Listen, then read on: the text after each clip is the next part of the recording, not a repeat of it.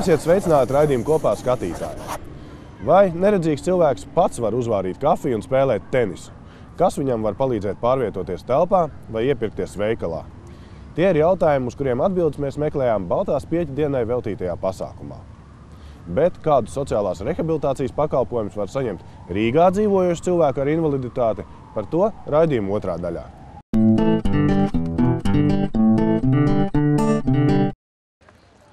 Katru gadu oktobrī visā pasaulē atzīmē Baltās pieķa dienu. Tāpēc, lai pievērstu uzmanību cilvēkiem ar redzes traucējumiem un pastāstītu par dažādām palīgierīcēm, kas būtiski atvieglo neredzīgu cilvēku sadzīvi, 14. oktobrī Vērmanis dārzā notika Baltās pieķa diena. Patiesībā no visiem cilvēkiem, kuriem ir redzes traucējumi, tikai 4% ir tādi, kuriem nav redzes atlikuma, kuri dzīvo tumsā. Visi pārējie kaut nedaudz, bet tomēr redz. Viena liela daļa ir tādi, kuriem ir tikai gaismas izjūta. Tas nozīmē, ka cilvēks var orientēties gaismā, ja ir gaiša diena, saule, bet līdz ko ir tumsa, tā cilvēks kļūst bezpalīdzīgs. Izmantojot fitotehniku, visdažādākās palīgierīces, cilvēks ar redzes traucējumiem iegūst pastāvību un neatkarību. Var spēlēt galda tenisu, braukt ar velosipēdu, lasīt grāmatas un rakstīt e-pasta vēstules, kā arī gatavot sev maltīti. Dēlīši ir maizes nāks. Jā. Labi. Nomēri, cik lielu vēlies nopieš šķēlīti. Ar pirkstiem pārbaudi, cik bieza būs tavs šķēli. Līdzās ļoti praktiskām lietām neredzīgs cilvēks var nodarboties gan ar radošām, gan ar sporta nodarbībām. Redzīgam cilvēkam ir grūti iedomāties, kā piemēram spēlējot galda tenisu, neredzot, iespējams trāpīt bumbiņai. Šeit galvenais ir skaņa un reakcija. Kaspars, kurš ikdienā vada sporta nodarbības Latvijas neredzīgo biedrības rehabilitācijas centrā, atzīst, ka uzsākot darboties, cilvēkam pirmkārt vajadzīgs iedrošinājums, un tikai tad var ķerties klāt vingrojuma tehnikas apgūšanai. Vairāk pašam cilvēkam ir jābūt iekšējie tie motivējošie faktori. Man ir jābūt tikai palīgam, kas palīdz atrast tos motīvus viņam, kāpēc. Pārvarēt bailes, iemācīties kaut ko jaunu, izjust kaut ko jaunu. Un būt galu galā iekļautiem sabiedrībā. Redzes traucējumi cilvēkam var būt dažādi, kā iedzimti, tā dzīves laikā iegūti. Baltās pieķa dienas pasākumā, uzliekot dažādas tā sauktās simulācijas brilles, varēja kaut nedaudz izprast, cik sarežģīti ir paveikt pašas elementārākās lietas, kur nu vēl uzmeistarot pītu groziņu. Šeit skatiens ir aizmiglots un traucēts, ja, ir grūti saskatīt konkrētu priekšmetu. Citā gadījumā cilvēks neredz neko sev priekšā, bet var skatīties sāniski. Tad cilvēks var skatīties dažādos veidos, ja, runātājam ir grūti uztvert, kāpēc cilvēks skatās ar sānu, piemēram, ja. Lai atvieglotu ikdienu, cilvēkam talkā nāk īpaši pulksteņi, krāsu noteicēji, asinsspiediena mērītāji un arī cilvēka četrkājainie draugi suņi. Šim sunim Teodoram ir 1,5 gads, un viņš gandrīz apguvis pavadoņa prasmes. Atšķirībā no citām valstīm, piemēram Somijas, kur suņa pavadoņa pakalpojumus var saņemt tik viens cilvēks ar redzes traucējumiem, Latvijā šādus suņus var saskaitīt uz vienas rokas pirkstiem. Ar cilvēku ir iet pavisam savādāk. Tas, ka ar cilvēku tu izjūti, kur tu ej, jo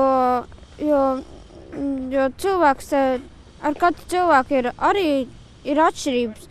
Ir, piemēram, ja es eju ar mammu man ir jau pierasts, kā viņa iet tā gaita, un tad viņai nav jāsaka man, kur uz leju, kur uz augšu, un tad mēs vienkārši ejam kā divi redzīgi cilvēki. Cilvēki bieži vien ir izbrīnīti, jo vienkārši nezin, kā tas ir iet ar suni, ka tas atvieglo, pirmkārt nevajag papildus cilvēku, kas ies līdzi, un var jebkurā diennakts laikā izmantot suņu pakalpojumus, teiksim, vai iet ārā, vai kur ir viena vajadzība.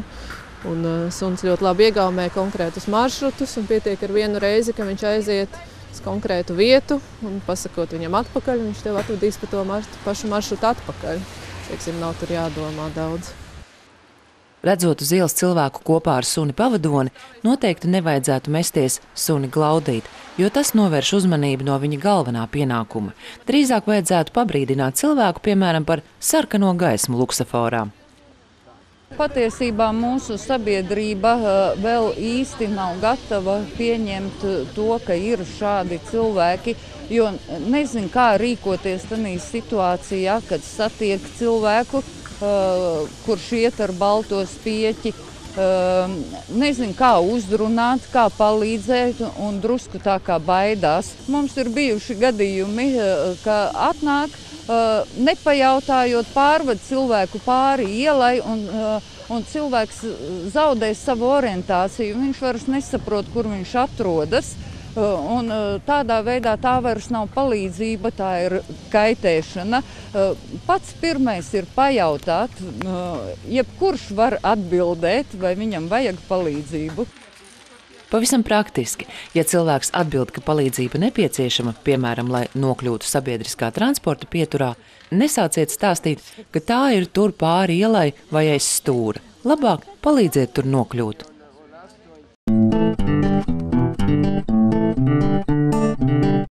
Cilvēkam ar invaliditāti ir tiesības gan uz medicīnisko, gan uz sociālo rehabilitāciju. Bet kāpēc tas nenorit tik gludi, tam ir vairāki iemesli. Gan finansējuma trūkums, gan vienkārši nezināšana. Jo medicīniskā rehabilitācija ir jāfinansē no valsts budžeta, bet sociālā no pašvaldības budžeta. Raidījums kopā devās noskaidrot, kā tas notiek Rīgas pilsētā. Biedrība Rīgas pilsētas Rūpju bērns, Saule, fonds kopā, rehabilitācijas centrs Mēs esam līdzās ir tās vietas Rīgā, kur dažāda veida sociālo rehabilitāciju var saņemt bērni, jaunieši un pieaugušie ar īpašām vajadzībām. Pārsvarā tie ir bērni ar dažādām neiroloģiskām saslimšanām, bet ne tikai.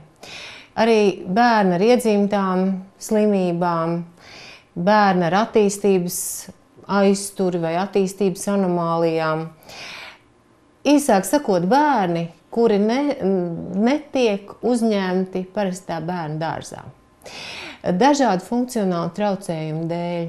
Madarei kustības traucējumi, tāpēc mēs apmeklējam šo iestādi. Mēs uzzinājām no rehabilitācijas 5.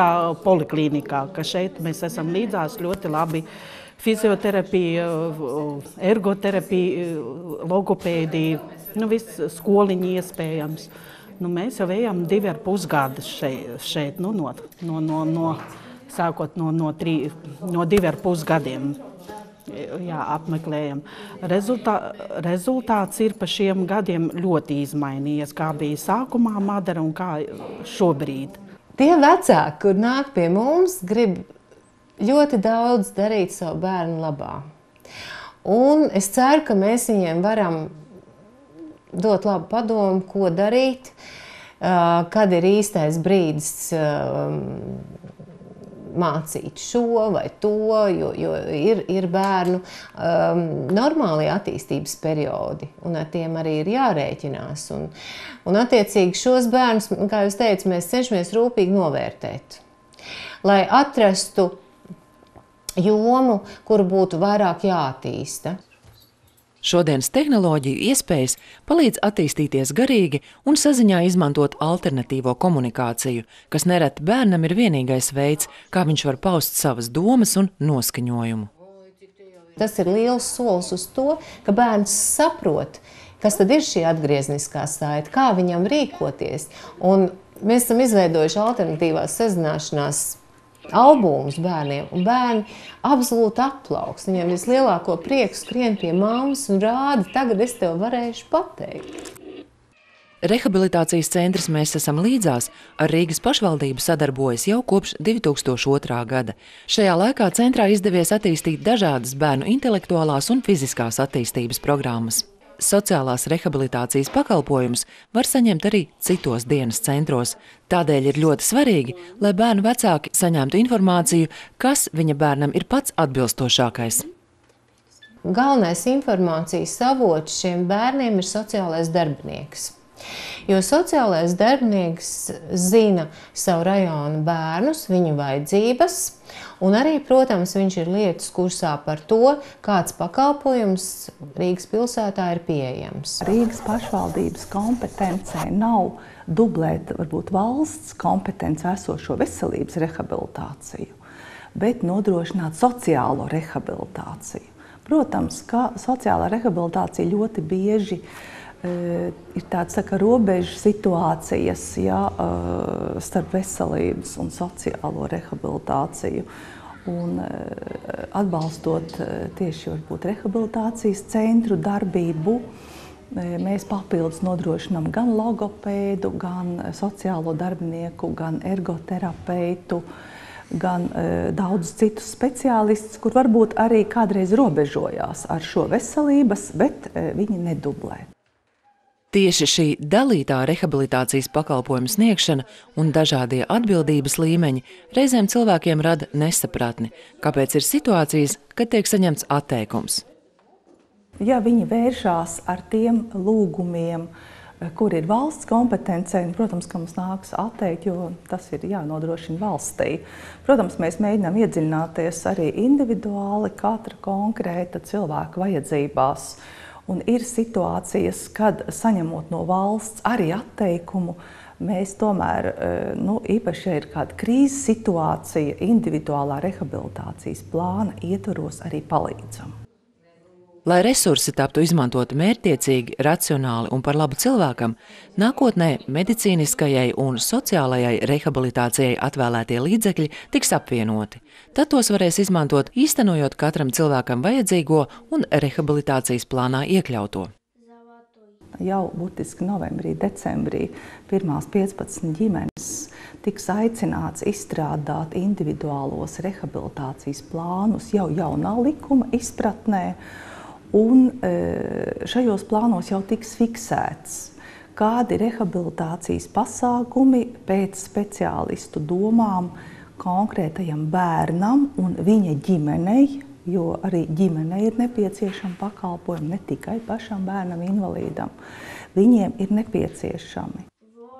Ik viens, kuram vajadzīgs padoms vai konsultācija, kā saņemt sociālo rehabilitāciju, var zvanīt uz Rīgas domes labklājības departamenta bezmaksas informatīvo tālruni 800 00 50 55.